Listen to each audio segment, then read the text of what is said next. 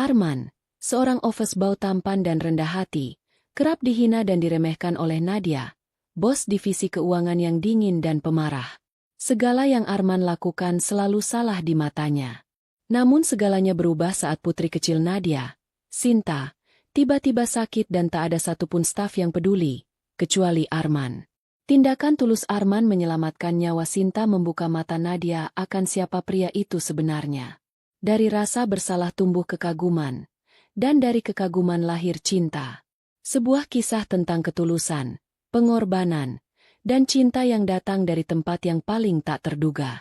Namun sebelum cerita dimulai, kami sarankan untuk berkomentar dari daerah mana kalian menonton cerita ini, melakukan like dan subscribe, agar channel kisah populer bisa berkembang, dan bisa mempersembahkan cerita yang terbaik. Mari kita mulai ceritanya. Langkah kaki Arman menyusuri lorong panjang gedung megah itu dengan penuh rasa gugup. Pagi itu adalah hari pertamanya bekerja sebagai office boy di perusahaan multinasional PT Global Sentosa, sebuah perusahaan besar yang bergerak di bidang keuangan dan investasi.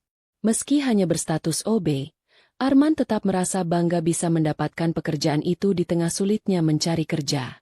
Ia mengenakan seragam biru tua yang masih tampak baru, rambutnya disisir rapi, dan wajahnya yang bersih serta tampan sempat menarik perhatian beberapa karyawan wanita yang lewat.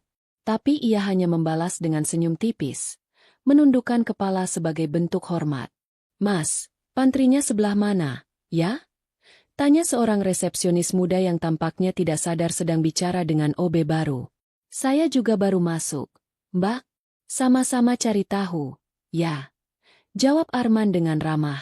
Di lantai 3, Arman diperkenalkan oleh bagian HRD kepada para staf. Saat namanya disebut, semua mata melirik ke arahnya. Beberapa terkesima karena penampilannya tidak seperti OB kebanyakan. Namun, tak semua orang terkesan. Di ruangan divisi keuangan, seorang wanita elegan berusia awal 30-an menatap tajam dari balik kacamatanya. Itulah Bu Nadia, bos divisi tersebut. Wajahnya cantik namun terlihat tegas dan dingin. Di balik penampilannya yang glamor, Nadia adalah sosok yang dikenal galak dan perfeksionis.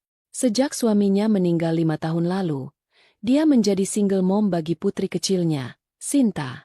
Tekanan hidup dan pekerjaan membuatnya jadi sosok yang keras, terutama terhadap bawahannya. "Jadi kamu Arman?" tanya Nadia ketus saat Arman hendak membereskan gelas-gelas bekas rapat. "Iya, Bu. Saya OB baru di sini," jawab Arman sopan. "Kopi saya pagi-pagi harus sudah di meja. Hitam, 2 sendok gula. Jangan lebih, jangan kurang. Mengerti?" Nada suaranya tinggi, tanpa senyum sedikit pun. Arman mengangguk. "Siap, Bu. Lantai ini harus kinclong, meja rapih, pantry bersih. Saya nggak suka lihat tisu berceceran atau debu di meja. Kamu digaji buat itu, bukan buat senyum-senyum." Beberapa staf melirik satu sama lain. Tak menyangka Nadia begitu keras kepada OB baru. Tapi mereka sudah terbiasa. Bagi Nadia, kesalahan sekecil apapun bisa jadi bahan omelan. Jam kerja berlalu dengan cepat. Arman sibuk menyapu, mengepel, mencuci gelas, dan memeriksa ketersediaan air minum di dispenser. Semua dilakukan dengan teliti, tanpa mengeluh. Tapi siang itu, saat ia salah menaruh gelas kopi Nadia di sisi kanan meja, bukan kiri, Nadia langsung memanggilnya dengan nada tajam. "Arman, kamu pikir meja saya ini restoran? Kenapa gelasnya di sini? Saya udah bilang, kanan atas, kanan atas." "Maaf, Bu. Saya perbaiki." "Jangan cuma minta maaf. Lain kali dengar baik-baik. Kalau nggak becus kerja, bilang. Saya minta ganti OB saja." Arman hanya bisa menunduk. Hatinya perih. Tapi ia menahannya. Ia tahu betul bagaimana rasanya berjuang dari bawah. Dan ia tak ingin kehilangan pekerjaan hanya karena masalah sepele. Saat pulang kerja, Arman duduk di halte depan gedung sambil memijat lehernya yang pegal. Hari pertama yang melelahkan, batinnya. Tapi ia tersenyum saat mengingat satu hal. Di sela kekacauan hari itu, ada seorang anak kecil yang mengintip dari ruang kaca sambil melambai kecil ke arahnya. Sinta, putri Bu Nadia. Tatapan polos gadis kecil itu seolah memberi sedikit cahaya di hari yang kelabu. "Om Obe," katanya tadi pelan. "Om lucu, rambutnya kayak tokoh kartun." Arman tertawa kecil saat mengingatnya. Mungkin, meski dunia orang dewasa begitu keras, anak kecil masih bisa melihat ketulusan dari dalam, bukan dari seragam. Sudah hampir 2 minggu Arman bekerja di perusahaan itu. Setiap pagi ia datang lebih awal dari siapapun, memastikan ruangan bersih, semua perlengkapan tertata rapi, dan kopi untuk para manajer siap di atas meja. Tapi sekeras apapun ia berusaha, tak ada yang benar di mata Nadia. Pagi itu seperti biasa, Arman menyeduh kopi untuk Nadia. 2 sendok gula, kopi hitam tanpa krim, seperti yang diminta. Ia meletakkan gelas itu di sisi kanan atas meja, persis seperti arahan. Tapi beberapa menit kemudian, suara keras menggema dari ruang divisi keuangan. "Arman!" Semua karyawan menoleh. Nadia berdiri sambil memegang gelas kopi. "Kamu ini tidak bisa bedakan gula dan garam. Apa lidahmu rusak? Ini kopi atau air comberan?" Bentaknya sambil membanting gelas ke tempat sampah. Arman hanya menunduk. Ia yakin tak melakukan kesalahan, tapi tak berani membela diri. Beberapa staf tampak menahan tawa, yang lainnya hanya pura-pura sibuk. "Saya ulangi ya," lanjut Nadia sambil menatap tajam. "Kopi saya harus pas, bukan percobaan. Saya ini bukan kelinci laboratorium. Kalau kamu masih salah juga, lebih baik pulang saja." Arman menarik napas panjang. "Baik, Bu. Saya minta maaf." Ia kembali ke pantry dan membuatkan kopi baru dengan tangan sedikit gemetar. Bukan karena takut, tapi karena hatinya mulai tergores oleh perlakuan yang tidak adil. Keesokan harinya, kejadian serupa terulang. Kali ini, Nadia memarahinya karena meja kaca ruangannya terlihat berdebu, padahal Arman baru saja membersihkannya 10 menit lalu. "Kalau kamu nggak bisa bersihin meja, bilang. Saya beli kain baru. Kamu nggak pakai? Kamu pikir ini pasar tradisional? Ini perusahaan. Arman. Bersih itu standar." Bentaknya. Lagi-lagi, Arman hanya mengangguk pelan. Ia tahu, Nadia sedang meluapkan amarah. Mungkin bukan hanya padanya, tapi pada beban hidup yang dipikulnya. Tapi tetap saja, ia manusia. Hatinya pun bisa lelah. Sikap Nadia yang kasar mulai menular ke beberapa staf lainnya. Ada yang mulai memerintah Arman dengan suara tinggi, ada pula yang sengaja menjatuhkan tisu atau cangkir hanya untuk melihat Arman membersihkannya. "Biasa, Obe tampan tapi otaknya kosong," celetuk salah satu staf pria di pantry, saat Arman sibuk mencuci gelas. Arman mendengar, tapi tak menggubris. Ia tetap bekerja seperti biasa, mencoba tidak memikirkan omongan mereka. Di tengah semuanya, hanya satu hal yang membuat Arman bertahan, Sinta. Gadis kecil itu kadang ikut ibunya ke kantor, terutama saat tidak ada yang menjaga di rumah. Di tengah kekerasan dan tekanan, senyum polos Sinta adalah satu-satunya yang mampu meluluhkan hati Arman.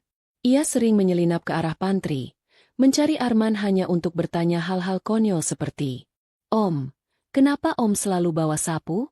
Emang sapu itu teman Om, ya?" Arman akan tertawa kecil dan menjawab, "Iya, sapu ini sahabat Om.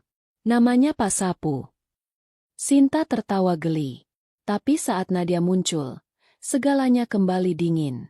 "Sinta, jangan ganggu orang kerja," bentaknya pada anaknya sendiri, lalu melotot ke Arman. "Dan kamu, kalau nggak kerja, keluar sekalian." Hari demi hari, Arman seperti berjalan di atas bara. Tapi anehnya, ia tak pergi. Di balik sikap dingin dan kasar Nadia, ia melihat ada sesuatu yang belum selesai. Dan ia yakin, bukan tanpa alasan Tuhan menempatkannya di tempat itu. Hari itu kantor lebih ramai dari biasanya. Ada rapat besar dengan klien investor, dan hampir semua staf divisi keuangan sibuk menyiapkan data. Di tengah hiruk-pikuk itu, Arman tetap bekerja seperti biasa, mengepel lantai, mengganti galon, dan memastikan ruang rapat bersih dan rapi. Namun, ada satu hal yang berbeda hari itu. Sinta kembali datang ke kantor. Gadis kecil berusia 5 tahun itu duduk di pojok ruang kerja ibunya dengan boneka kelinci yang selalu ia bawa kemanapun. Wajahnya bulat dengan pipi cabi dan mata besar yang penuh rasa ingin tahu. Ia tampak bosan duduk di situ, menunggu ibunya yang tak pernah lepas dari layar laptop. Ketika melihat Arman lewat sambil membawa tumpukan tisu dan botol pembersih, mata Sinta langsung berbinar. "Om Men!" serunya riang. Arman yang tengah lewat berhenti dan menoleh sambil tersenyum. "Iya, Sinta. Boneka kelincinya sehat hari ini?" Sinta tertawa. "Iya dong. Namanya Kiko. Kiko mau disuapin es krim, tapi ibu nggak bolehin." Arman tertawa pelan. "Kiko harus makan nasi dulu, baru boleh es krim. Gitu aturannya." Sinta berdiri dan berjalan pelan ke arah pantry, tempat Arman sedang membersihkan. "Om Men, nanti kalau udah selesai pel, main tebak-tebakannya." "Oke, tapi nanti, kalau ibu kamu marah, gimana?" Sinta mengangkat bahu. "Ibu marah terus. Tapi aku suka main sama Om Men." Perkataan polos itu membuat Arman sedikit tercekat.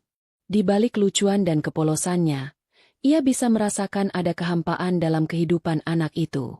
Seperti ada bagian dari dunia kecil Sinta yang kesepian, tak terisi oleh perhatian seorang ibu yang terlalu sibuk. Dan sejak hari itu, Sinta sering datang ke pantry hanya untuk sekadar ngobrol atau menggambar bersama Arman. Tentu saja Nadia tidak suka hal itu. "Sinta, berapa kali ibu bilang? Jangan ganggu Obe. Dia kerja, bukan main." Bentaknya suatu sore. Sinta langsung ketakutan dan kembali ke pojok ruangan. Tapi diam-diam, ia menggambar Arman sedang tersenyum sambil membawa sapu. Di bawah gambar itu, ia menulis dengan huruf besar dan goyah, "Om Men baik." Arman menemukan gambar itu terselip di dekat tempat sampah saat ia hendak mengepel. Ia tersenyum kecil, lalu melipat gambar itu dan menyimpannya di saku. Hari-hari berikutnya, hubungan Arman dan Sinta semakin dekat. Ia membacakan dongeng saat Sinta mengantuk, menolongnya merapikan tas, bahkan membawakannya roti dari kantin saat makan siang. Semuanya dilakukan dengan tulus, tanpa pamrih. Kadang, Arman berpikir aneh. Ia dihina, dimaki, dan direndahkan hampir setiap hari oleh Nadia. Tapi justru dari anak perempuan kecil itulah ia merasa dihargai, diperhatikan, dianggap manusia. Dan tanpa sadar, tatapan kecil itu mulai merasuk ke hatinya. Suasana kantor semakin padat menjelang akhir bulan. Laporan keuangan, evaluasi bulanan, dan presentasi untuk klien menumpuk di meja para staf. Nadia semakin sering lembur, wajahnya semakin tegang, dan suaranya makin tinggi tiap ada hal kecil yang tak sesuai. Sinta pun makin sering dibawa ke kantor. Tak ada pilihan lain.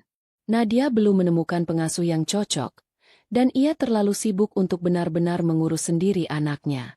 Dan di sela kesibukan kantor yang penuh tekanan itu, Arman menjadi satu-satunya sosok yang memperhatikan Sinta. Saat Nadia rapat dengan manajemen, Sinta duduk bosan di sofa pojok ruangan. Ia tak menangis, tapi wajahnya murung. Ia mengelus boneka kelincinya perlahan sambil sesekali menguap. Arman yang sedang mengganti galon air di dekat pantry melirik sejenak. Lalu, dengan langkah hati-hati, ia masuk ke ruang tengah tempat Sinta berada.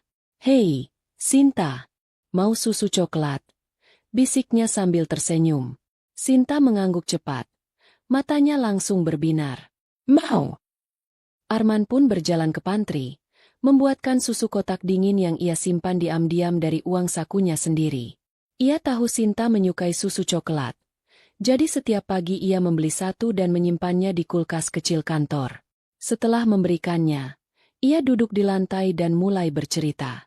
Jadi, di suatu hutan jauh, ada kelinci putih yang suka berpetualang. Tapi kelinci ini bukan sembarang kelinci. Dia bisa bicara dengan bunga-bunga. Sinta mendengarkan dengan penuh antusias, sambil meneguk susunya perlahan. Ia tertawa kecil saat Arman menirukan suara kelinci dengan gaya lucu. Sekilas, ruangan yang tadinya hampa itu terasa hangat. Namun semua kebaikan itu dilakukan diam-diam. Arman tahu, Jika Nadia tahu ia menghabiskan waktu untuk hal semacam itu, ia pasti akan dimarahi. Jadi Arman selalu sigap saat mendengar langkah kaki Nadia mendekat. Segera membereskan sisa susu, duduk kembali di pantry, seolah tak terjadi apa-apa. Nadia tetap menilainya sama, tidak kompeten. Suatu hari, Nadia mendapati selembar kertas gambar di meja putrinya saat hendak merapikan tas. Ia melihat Sinta menggambar dirinya, ibunya, dan Arman sedang duduk di taman. Di bawah gambar itu tertulis dengan tulisan anak-anak. Ibu, Sinta, dan Om main bareng. Dahi Nadia mengerut. Ia menatap gambar itu lama. Tapi bukan karena terharu, melainkan heran. Kenapa si Arman ini sampai masuk ke pikiran anakku?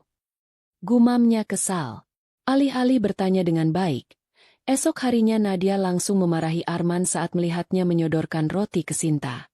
Arman, kamu ini OB atau babysitter?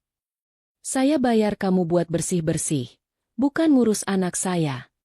Arman langsung menarik tangannya, menunduk dalam. Maaf, Bu. Sinta bilang lapar. Saya cuma bantu kasih roti. Kamu pikir kamu siapa? Anak saya nggak butuh dikasihani, katanya ketus sambil menarik Sinta pergi. Sinta menoleh ke belakang, menatap Arman dengan mata yang mulai berkaca-kaca. Arman hanya tersenyum, lalu melambaikan tangan pelan. Ia tahu Nadia belum melihat apa yang sebenarnya terjadi. Tapi ia tidak marah. Ia tahu, orang yang terlalu lama hidup dalam luka seringkali tak bisa melihat kasih sayang, meski kasih itu sudah duduk di depan matanya. Yang Arman lakukan bukan untuk dipuji, tapi karena ia peduli. Pagi itu kantor terasa lebih tegang dari biasanya. Udara di lantai 3 seolah penuh tekanan. Nadia tampak terburu-buru dengan langkah cepat, sambil memeriksa isi tasnya berulang kali. Hari itu ia dijadwalkan mempresentasikan laporan kuartalan kepada direktur utama dan beberapa investor asing. Semua staf tahu, ini hari besar bagi Nadia. Namun, saat ia duduk di kursinya dan membuka laci, wajahnya mendadak pucat. Mana flash disknya? Gumamnya panik. Ia membongkar semua berkas, membuka semua map, hingga laci paling bawah. Tapi benda kecil berwarna hitam itu tak ditemukan. Nadia berdiri dengan wajah menegang dan matanya menyapu ruangan. Semua orang menunduk, pura-pura sibuk, tahu bahwa amarah besar sedang menunggu meledak. Lalu pandangan Nadia berhenti pada satu orang, Arman. Kebetulan, Arman baru saja selesai mengepel karpet di ruangannya dan hendak keluar sambil membawa ember kecil. Arman, seru Nadia tajam. Kamu masuk ruangan saya tadi pagi. Arman berhenti. Iya, Bu. Saya cuma ngepel sebentar. Kamu lihat flash disk saya? Warna hitam, kecil, ada gantungan warna biru. Arman menggeleng sopan. Nggak lihat, Bu. Tadi saya cuma bersih-bersih lantai dan meja. Kamu yakin? Jangan-jangan kamu jatuhin atau bawa tanpa sengaja. Maaf, Bu. Saya nggak pernah pegang barang pribadi staf. Apalagi barang penting kayak gitu. Nadia mendekat. Suaranya naik 2 oktav. Kamu pikir saya bodoh? Selama ini kamu sok baik ke anak saya. Ternyata itu cara kamu biar bisa nyolong. Seluruh staf langsung diam. Beberapa melirik Arman dengan pandangan curiga. Suasana berubah tegang. Tak ada yang berani ikut campur. Meski jelas tuduhan itu belum terbukti. Arman mencoba tetap tenang. Saya sama sekali nggak pernah ambil apapun, Bu. Saya bersumpah. Bohong. Nadia berteriak. Suaranya menggetarkan ruangan. Kalau sampai flash disk itu nggak ketemu, saya laporkan kamu ke HRD. Bahkan polisi kalau perlu. Arman terdiam. Ditatap seperti pencuri di depan semua orang membuat hatinya tercabik. Tapi ia tetap tak membela diri dengan keras. Ia tahu, semakin ia melawan, semakin Nadia akan meledak. Beberapa staf hanya diam. Bahkan ada yang mulai membicarakan pelan-pelan. Dari awal memang aneh, OB ganteng, tapi siapa tahu niatnya nggak baik. Gumam seorang staf wanita di dekat printer. Hanya satu suara kecil yang terdengar dari sudut ruangan. Omen nggak nyolong. Semua menoleh. Sinta berdiri di ambang pintu, menggenggam bonekanya dengan mata berkaca-kaca. Omen baik. Nggak mungkin nyolong. Nadia menoleh dengan ekspresi terguncang. Tapi sebelum bisa merespons, bel pintu lift berbunyi.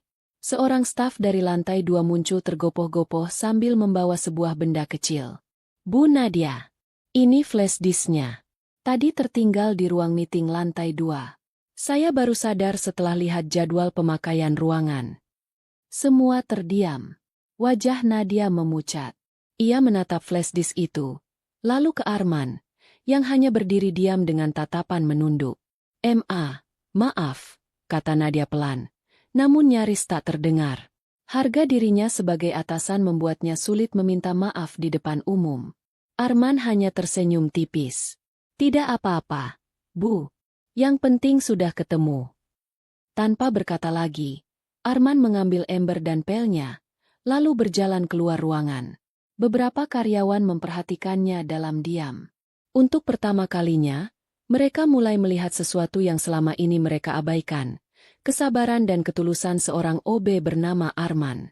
Dan hari itu, meski ia tak berkata banyak, Arman tahu, ia baru saja menang, tanpa harus melawan. Hari itu mendung menggantung di langit Jakarta, dan hawa lembab menyelimuti seluruh gedung PT Global Sentosa. Ruangan divisi keuangan terlihat sibuk luar biasa. Nadia tengah memimpin rapat internal membahas revisi anggaran klien besar. Suaranya terdengar lantang dari balik kaca ruangan meeting. Di sofa kecil di luar ruangan, Sinta duduk sambil memeluk boneka kelincinya. Biasanya ia cerewet, suka berjalan-jalan keliling kantor, atau diam-diam menghampiri Arman di pantry. Tapi kali ini, ia hanya diam, wajahnya pucat, dan napasnya berat. Tak ada yang benar-benar memperhatikan. Beberapa staf melirik sekilas, lalu kembali menunduk pada layar komputer masing-masing. Mereka tahu Sinta adalah anak Bu Nadia, dan mereka enggan terlibat. Takut dimarahi, takut disalahkan. Arman yang baru saja keluar dari gudang alat kebersihan melihat ke arah sofa dan langsung merasa ada yang janggal. Sinta duduk sambil memegangi perutnya. Keringat dingin membasahi pelipisnya, dan bola matanya sayu. Boneka kelincinya nyaris terlepas dari genggaman kecilnya. Arman segera mendekat, berjongkok di hadapan gadis kecil itu. Sinta? Kamu kenapa? Om, dingin, gumam Sinta pelan, tubuhnya menggigil. Arman menyentuh dahinya. Panas, sangat panas. Tanpa berpikir panjang, ia berdiri dan melihat ke sekeliling. Tak ada satupun staf yang berniat mendekat. Meski jelas Sinta sakit, mereka berpura-pura sibuk. Bahkan beberapa sengaja berjalan menjauh. Bu Nadia lagi rapat penting.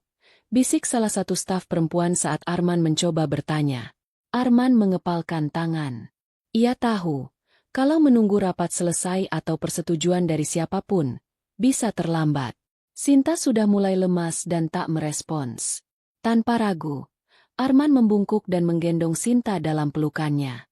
Tubuh kecil itu terasa panas seperti bara, tapi ringan seolah rapuh. Ia berjalan cepat menuju lift, tak menggubris tatapan heran dari staf lain. Om bawa kamu ke rumah sakit ya, Sinta. Tahan sebentar, ya. Bisiknya lembut sambil memeluk erat. Turun ke lantai bawah, Arman memesan ojek online. Tapi lalu ia melihat kemacetan di depan gedung. Waktu terlalu berharga. Ia segera menghentikan ojek terdekat yang melintas. Bang, ke rumah sakit terdekat. Anak kecil ini panas tinggi. Tanpa menunggu jawaban, ia naik ke boncengan, memeluk Sinta erat-erat agar tak terjatuh. Hujan mulai turun rintik-rintik, membasahi jaket lusuh Arman. Tapi ia tak peduli. Yang ada hanya satu hal di pikirannya, menyelamatkan Sinta. Sesampainya di rumah sakit, Arman berlari masuk ke IGD sambil berteriak memanggil suster. Beberapa staf medis segera membantu membawa Sinta ke ruang observasi. Arman mengikuti dari belakang. Napasnya memburu. Dia anaknya siapa, Pak? Tanya seorang perawat. Dia anak bos saya. Saya cuma OB di kantornya. Tapi tadi nggak ada yang mau bantu. Saya nggak tega lihat dia begitu. Perawat itu hanya menatapnya sebentar. lalu mengangguk dan fokus menangani pasien kecil itu. Sementara itu, Nadia baru menyadari ketidakhadiran Sinta ketika keluar dari ruang rapat. Ia mendapati sofa kosong, boneka kelinci tertinggal di atasnya. Panik mulai merayap di wajahnya. Sinta! Beberapa staf saling pandang. Salah satu dari mereka akhirnya bicara. Tadi, Arman gendong Sinta keluar. Bu, katanya anak ibu demam tinggi. Wajah Nadia langsung pucat. Apa? Ia segera meraih tas dan ponsel, mencari tahu rumah sakit mana yang dituju. Beberapa menit kemudian, ia melesat keluar kantor, dikejar oleh rasa cemas dan penyesalan. Hujan deras mengguyur jalanan saat Arman duduk di kursi tunggu ruang IGD. Bajunya basah, rambutnya menempel di dahi. Tapi ia tak peduli. Yang penting, Sinta sudah mendapat pertolongan. Gadis kecil itu kini sedang diperiksa di ruang observasi oleh dokter dan perawat. Beberapa saat lalu, ia sudah menyerahkan uang tabungannya, hasil kerja keras selama berbulan-bulan sebagai OB, untuk membayar biaya registrasi dan pengobatan awal. Tanpa pikir panjang, tanpa banyak pertimbangan. Berapapun yang dibutuhkan, tolong sembuhkan anak itu, Dok. Ucapnya tadi dengan napas tersengal. Saya tahu saya bukan keluarganya. Tapi saya nggak bisa tinggal diam. Petugas kasir sempat menatapnya aneh. Tapi Arman tetap bersikeras. Ia tak bisa membayangkan jika Sinta sampai terlambat ditangani. Gadis kecil itu bukan sekadar anak bos. Bagi Arman, Sinta adalah satu-satunya yang benar-benar menghargainya sebagai manusia selama ini. Senyumnya, candaannya, kepolosannya, semuanya menumbuhkan sesuatu yang dalam di hati Arman. Ia merasa bertanggung jawab, bukan karena jabatan atau perintah, tapi karena ikatan batin yang tak bisa dijelaskan. Setengah jam kemudian, seorang perawat keluar dari ruang observasi. Pak Arman, panggilnya. Arman langsung berdiri. Iya, saya. Bagaimana keadaannya? Sudah ditangani. Panasnya sempat hampir 40 derajat, tapi sekarang mulai stabil. Kami beri infus dan penurun panas. Kemungkinan besar infeksi virus biasa, tapi harus rawat inap semalam untuk observasi lebih lanjut. Arman mengangguk. Lega. Boleh saya temui? Perawat itu tersenyum. Silakan. Tapi jangan terlalu lama. Dia masih lemah. Dengan hati-hati, Arman melangkah masuk ke ruang perawatan. Di atas ranjang kecil itu, Sinta terbaring lemah.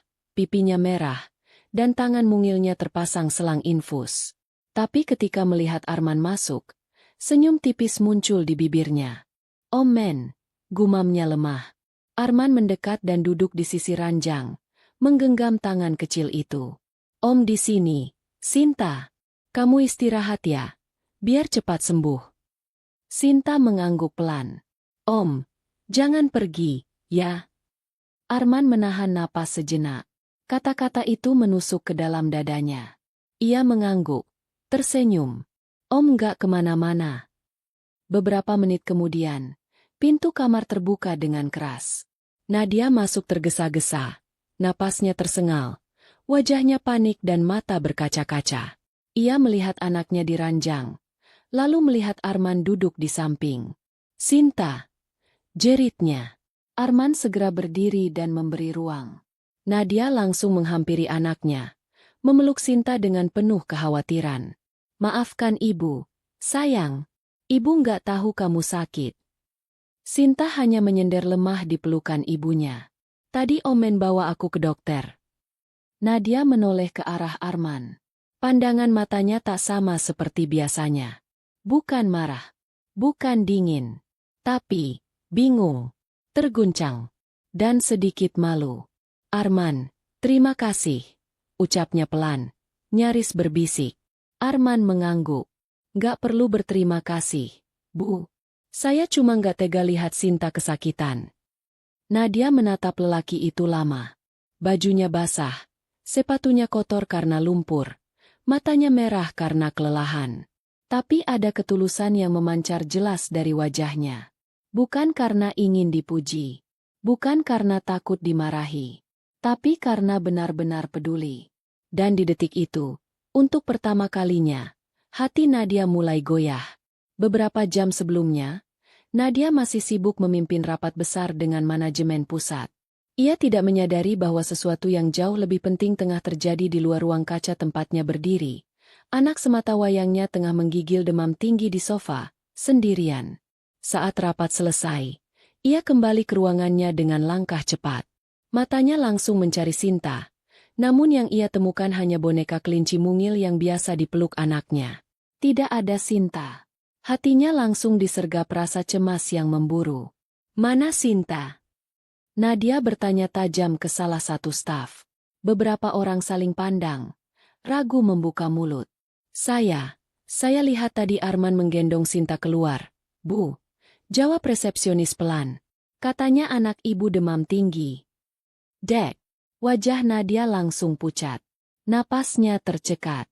Tanpa berkata apa-apa, ia bergegas keluar dari kantor, menaiki mobilnya sambil terus menghubungi nomor rumah sakit terdekat. Seluruh jalan menuju rumah sakit ditempuhnya dengan panik. Keringat dingin mengalir di pelipisnya. Tangan menggenggam setir erat-erat. Bayangan Sinta dalam kondisi sakit membuat pikirannya kacau. Tapi yang lebih membuat dadanya sesak adalah fakta bahwa Arman, orang yang selama ini ia hina, ia bentak, ia rendahkan, justru yang pertama melindungi anaknya saat ia sendiri tak bisa. Begitu tiba di rumah sakit, Nadia langsung menuju ruang IGD. Atas nama Sinta, katanya cepat, anak perempuan, 5 tahun. Petugas mengarahkannya ke ruang perawatan. Ia mendorong pintu dengan cepat, dan langsung terpaku. Di dalam ruangan itu, Sinta terbaring lemah, selang infus terpasang di tangannya. Tapi yang membuat Nadia berhenti bukan hanya kondisi putrinya, melainkan pemandangan di sebelahnya. Arman, duduk di sisi ranjang, menggenggam tangan mungil Sinta dengan lembut. Wajahnya kelelahan, bajunya basah, matanya sembab, tapi pandangannya penuh perhatian dan ketulusan. Sinta menoleh lemah dan berkata pelan, "Ibu, Om Men nolongin Sinta." Dan saat itulah, dinding pertahanan Nadia runtuh. Tangis yang selama ini ia tahan, yang selama ini terbungkus dalam ego dan kemarahan, pecah di tepi ranjang rumah sakit itu. Ia meraih tangan anaknya, mencium kening Sinta berulang kali, lalu menatap Arman. Suara Nadia gemetar. "Kenapa? Kamu lakukan semua ini?" Arman menunduk pelan. "Karena Sinta bukan cuma anak bos saya. Dia anak kecil yang gak salah apa-apa. Saya cuma gak sanggup lihat dia menderita." Air mata Nadia mengalir deras. Ia tak pernah menyangka bahwa orang yang paling ia rendahkan justru memiliki hati paling besar di antara semua orang di kantornya. Sementara ia, sang ibu kandung, malah lalai karena terjebak dalam ambisi dan kesibukan. Ia menatap Arman lama, dan untuk pertama kalinya, tak ada nada tinggi, tak ada bentakan, tak ada tuduhan. Yang ada hanya sorot mata yang penuh rasa bersalah, dan sesuatu yang baru tumbuh dari hatinya, rasa hormat, kekaguman, dan rasa yang lebih dalam. "Arman," ucapnya lirih, "aku nggak tahu harus bilang apa." Arman hanya tersenyum kecil. "Yang penting Sinta sembuh, Bu." Dan di balik senyum tulus itu, Nadia tahu, hatinya telah disentuh oleh seseorang yang selama ini tak ia lihat sebagai siapa-siapa. Tapi kini, mungkin segalanya akan berubah. Malam mulai turun, lampu-lampu rumah sakit menyala satu persatu, menambah suasana hening dan reflektif. Sinta sudah tertidur di ruang rawat inap. Tubuh kecilnya masih lemah tapi suhu tubuhnya mulai normal. Nadia duduk di kursi samping ranjang, membelai rambut putrinya sambil termenung. Beberapa jam terakhir seperti mimpi yang mengaduk emosi. Kekhawatiran, rasa bersalah, dan penyesalan terus berkecamuk di dalam dadanya. Ia melirik ke arah Arman yang duduk di luar ruangan, menatap langit malam dari balik jendela lorong rumah sakit. Wajahnya lelah, tapi tenang. Nadia berdiri perlahan, lalu melangkah keluar kamar. Ia mendekatinya, berdiri di depannya dengan tangan yang gemetar, bukan karena marah, tapi karena malu. "Arman." Arman menoleh. "Iya, Bu." Nadia menunduk sejenak, lalu mengangkat wajahnya dengan mata berkaca-kaca. Saya Saya minta maaf atas semua sikap saya selama ini. Atas semua kata-kata saya yang menghina, yang merendahkan kamu. Suara Nadia mulai bergetar. Saya terlalu sibuk, terlalu buta buat melihat siapa yang benar-benar peduli sama anak saya. Saya menilai kamu dari seragamu, bukan dari hatimu. Air mata akhirnya jatuh dari pipinya. Ia menutup wajahnya dengan tangan, mencoba menyembunyikan tangis yang selama ini disimpannya rapat-rapat. Tangis seorang wanita yang selama ini tampak kuat, keras, dan tak tersentuh. Arman berdiri pelan. Ia tak berkata banyak, hanya menatap wanita di hadapannya dengan penuh empati. "Bu," katanya lembut. "Saya nggak pernah merasa tersinggung, apalagi dendam. Saya cuma nggak tega lihat anak sekecil Sinta kesakitan. Itu saja." Nadia mengangkat wajahnya, menatap pria itu dengan mata yang basah. Di depan matanya, berdiri seorang laki-laki yang sama sekali tak ia kenal sebelumnya. Bukan Obe yang dulu sering ia bentak dan hina, tapi sosok yang jauh lebih mulia dari yang pernah ia bayangkan. "Kenapa kamu bisa sebaik itu, Arman?"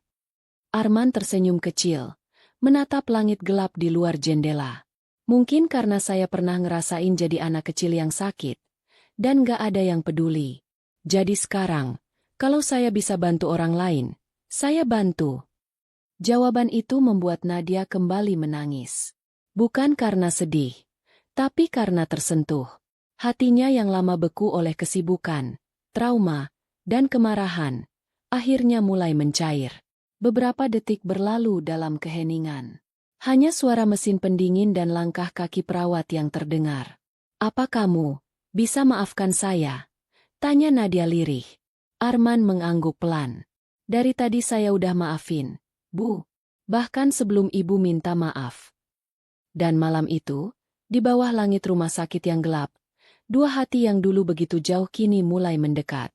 Bukan karena status, bukan karena jabatan, tapi karena kebenaran tak bisa disembunyikan terlalu lama. Arman bukan cuma Obe. Ia adalah pria dengan hati paling tulus yang pernah ditemui Nadia. 2 minggu telah berlalu sejak malam penuh air mata itu di rumah sakit.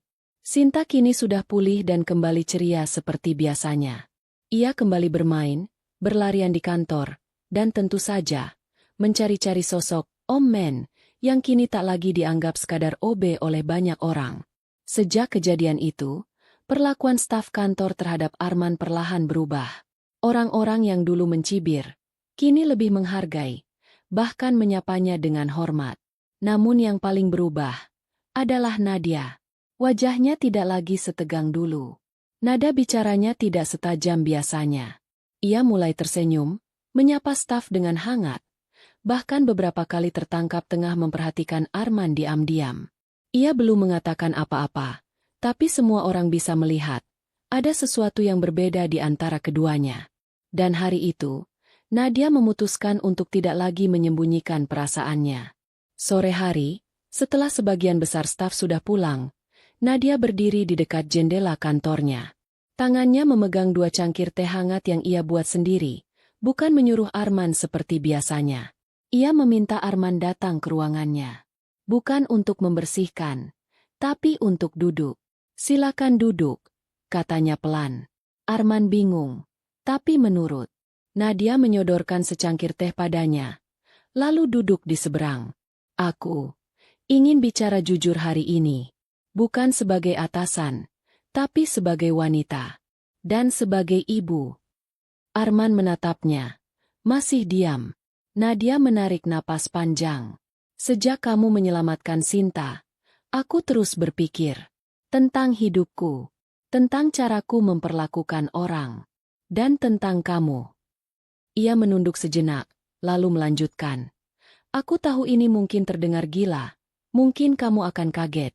Tapi aku nggak mau menunda lagi." Ia menatap mata Arman lekat-lekat. "Aku ingin kamu jadi suamiku, dan jadi ayah untuk Sinta." Ruangan hening. Hanya suara detik jam di dinding yang terdengar jelas.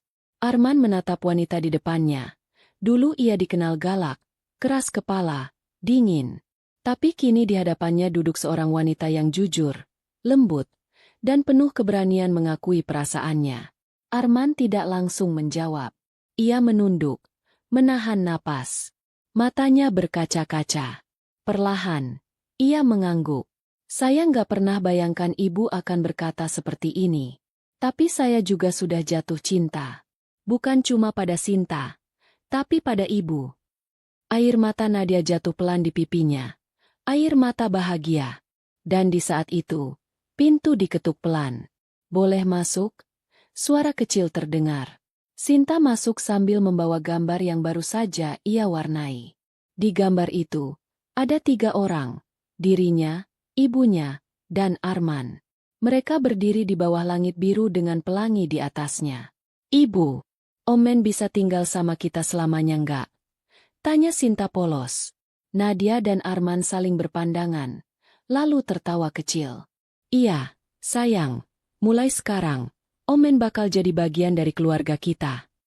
Sinta bersorak kecil dan langsung memeluk Arman erat. Dan di hadapan mata kecil yang berbinar bahagia, cinta yang sederhana itu akhirnya menemukan rumahnya.